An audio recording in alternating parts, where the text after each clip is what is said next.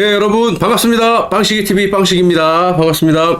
자, 지금 보시면 우리가 지금까지 박근혜 대통령 때부터 최근까지 얼마나 이 사법부를 신뢰하지 못했습니까? 우리가 일부러 그러려고 그런 게 아니라 법 원칙에 따라서 여러분들이 법조인이 아니더라도 상식적인 판결이 나오지 않고 있지 않습니까? 권력과 재벌의 줄을 쓴 이 어용 판사들, 어용 검사들 때문에 여러분들이 정말 피가 거꾸로 솟을 그런 상황에 처해져 있고, 그러다 보니까 지금까지 잘해왔던 사람들까지 의심을 받게 되는 참 이상한 나라에 지금 살고 있습니다. 전 다시 한번 말씀드리지만 지금과 같은 이런 상황을 도래하게 만든 장본인이 한동훈이라고 생각을 해요. 문재인, 또 이재명, 조국이라는 것들을 그냥 프로에 쳐놓고 당을 망쳐놓고 보수를 괴멸시키고, 지금도 나머지 그 소수의 보수들을 갖다가 싹쓸이를 하려고 작정을 하고 얼굴에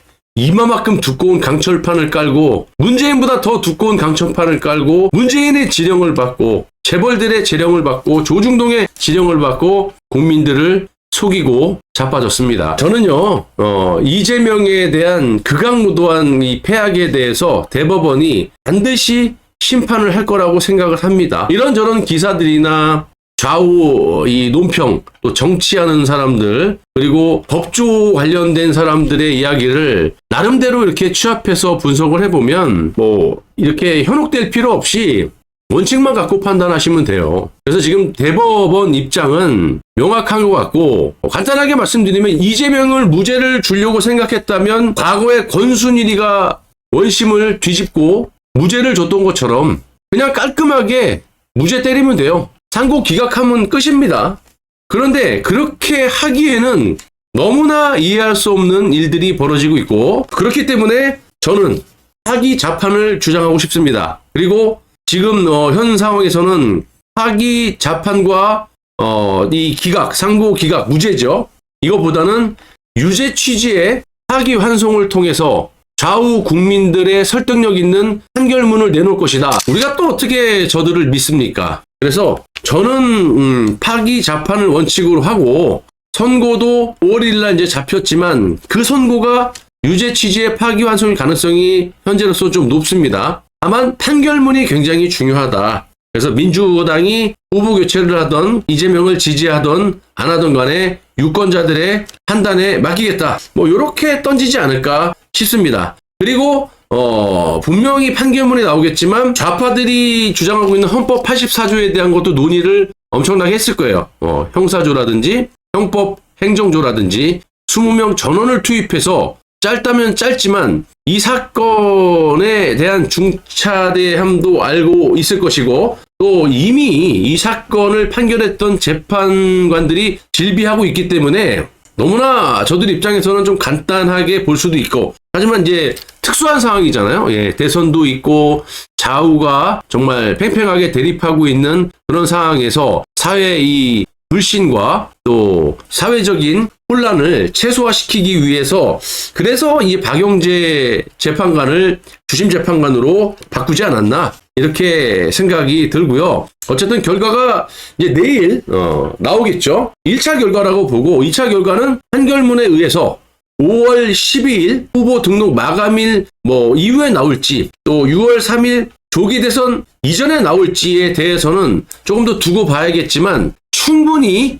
파기 자판 못지않은 유죄 취지의 파기 완성, 즉 6월 3일 대선 이전에 이재명에 대한 도장을 찍겠다. 그래서 그걸 명확하게 유권자들에게 또 민주당에게 밝힘으로써 대선판의 투명함을 조금 더 이렇게 밝혀주지 않을까, 저는 그렇게 희망을 하고 그렇게 될 거라고 확신을 하고 있습니다.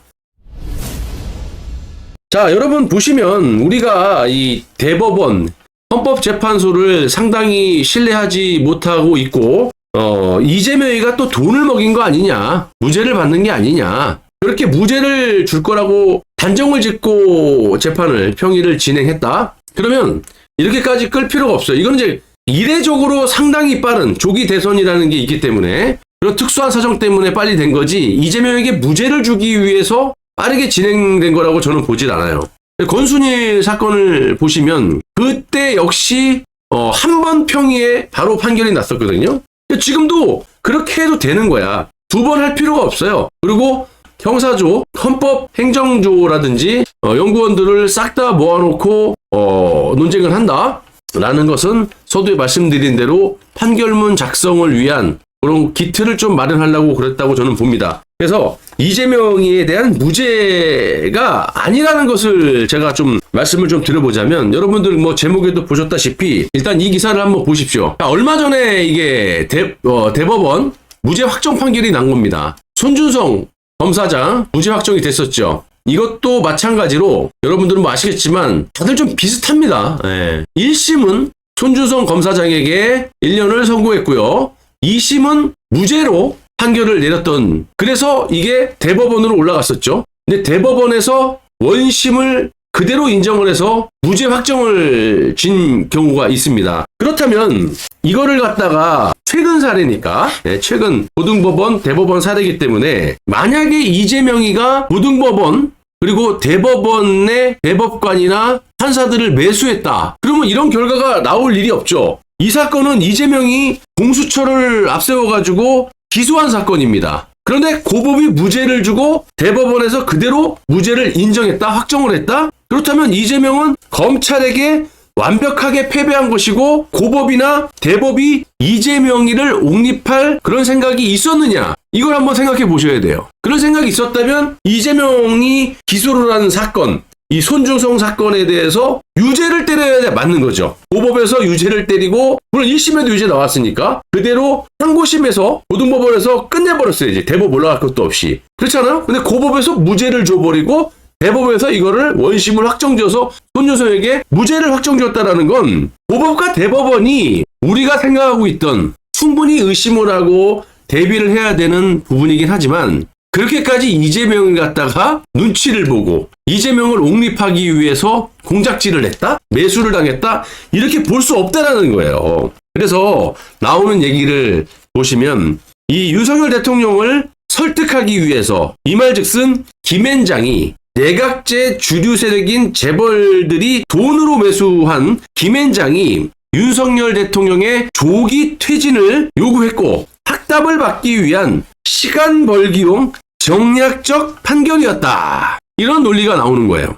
뭐 실제로 서종욱 변호사의 취재에 의하면 김앤장이 당시 윤석열 대통령이 직무 복귀가 확실한 상황이었잖아요. 박하냐 기각, 이걸 두고 우리가 네 말이 맞네 내 말이 맞네 그때잖아. 그때 윤석열 대통령이 조기 퇴진은 없다, 헌재에서도 그랬고 국민과 끝까지 싸우겠다, 그래서 바로 한 이틀 남겨놓고 8대 떡 탄핵이 됐던 거예요. 자, 그럼 한마디로 이 내각제, 거대 이재명을 제외한 국민의힘당, 민주당, 그리고 뭐 이준석부터 이낙연부터 싹 다 내각제 세력이라고 봤을 때 대기업이 이제 주류잖아요. 대기업이 돈으로 컨트롤하는 김앤장이 현직 대통령을 탄핵을 했는데, 대통령 후보에 불과한 아무것도 아닌 이재명이가 뭐가 무서워서, 더군다나 내각제 세력에는 물과 기름인 문재인도 주류에 끼어 있고 이재명만 아니란 말이야. 그럼 이재명 때문에 내각제를 포기하느냐? 이것도 아니란 말이에요. 그래서 이재명이를 완벽하게 누르기 위해서 서브로, 스페어 타이어식으로 한덕수를 강력하게 밀고 있지 않습니까? 재벌이 움직였다라는 거, 이번에 트럼프 대통령이 직접 오진 않고 아들이 국내에 와서 기업인들을 만난다. 물론 이제 기업인들이 돈이 많으니까 트럼프 대통령을 움직였을 수도 있는 것이고, 아무튼 이승만 대통령을 제거하기 위한 미국의 그 소위 말하는 내정 간섭이 수십 년 만에 트럼프 대통령에 의해서, 기분은 좀 나쁘지만 일단 이재명이를 제거하기 위해서는 그것 또한 우리가 마다할 수 없는 입장이다. 이재명을 제거하고 그 다음에 내각제를 순차적으로 제거를 해야 되는 입장에서 봤을 때 어쨌든 이재명이라는 놈을 먼저 제거를 해야 된다. 그래서 지금 보시면 거대 내각제와 이재명의 싸움이란 말이에요. 자, 그러면 검찰과 법원, 이재명이를 좋아할까요? 그건 여러분